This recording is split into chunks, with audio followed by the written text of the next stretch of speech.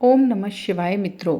तो मित्रों, सावन का बहुत ही पवित्र महीना चल रहा है और इस वर्ष तो इस महीने की महत्वता और भी अधिक बढ़ गई है, क्योंकि सावन मास के साथ साथ अधिक मास भी है।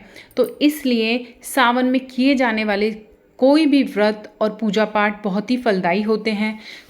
तो मित्रों, आज मैं आपको बुधवार अष्टमी की कथा सुनाऊंगी। तो कथा इस प्रकार है। एक ब्राह्मण के बुध नाम का बेटा और बुधनी नाम की बेटी थी। ब्राह्मणी सबका आटा पीसती थी और उस आटे में से थोड़ा सा आटा बचा लेती थी।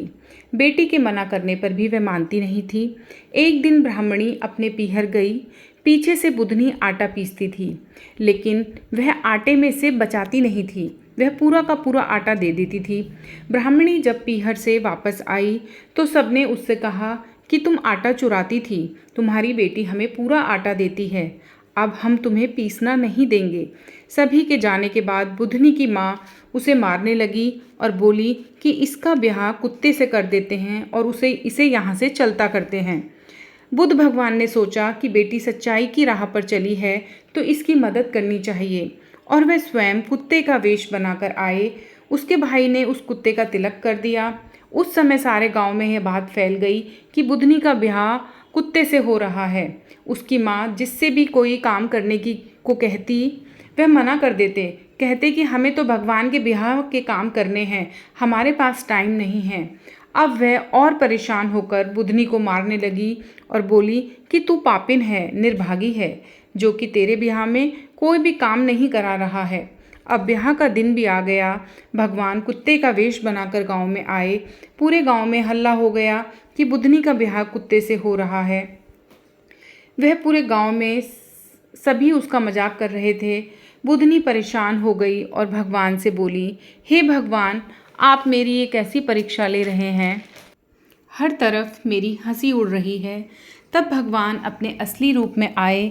बुधनी के साथ ब्याह कर उसे पालकी में बिठाकर अपने साथ ले आए।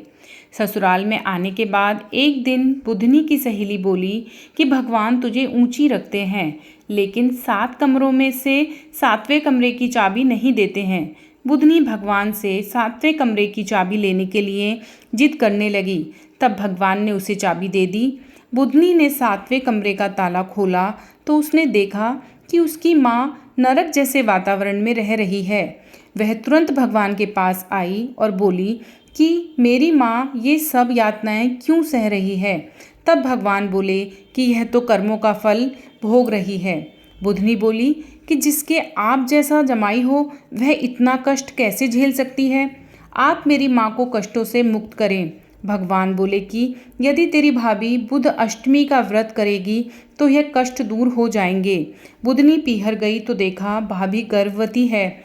बुधनी ने सोचा कि जब भाभी के बच्चा हो जाएगा तब वह भाभी से व्रत रखने के लिए बोलेगी।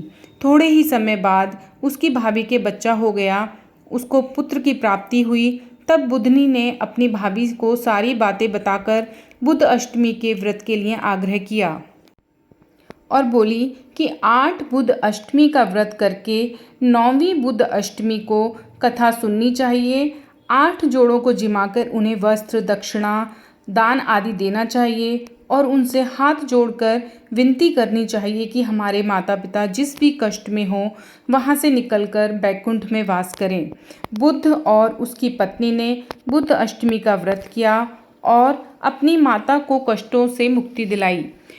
बुधनी ने जिस प्रकार अपनी माता को कष्टों से मुक्ति दिलाई, उसी प्रकार हर बेटी अपनी माता के कष्टों को दूर करके उन्हें बैकुंठ दिलाए। कहानी सुनने वाले और सुनाने वाले की भगवान सभी इच्छाओं को पूर्ण करे। ऐसी ही भक्तिपूर्ण कहानियों को सुनने के लिए आप मेरे चैनल को सब्सक्राइब करें, वीडियो को लाइक एंड शेयर करें। धन्यवाद।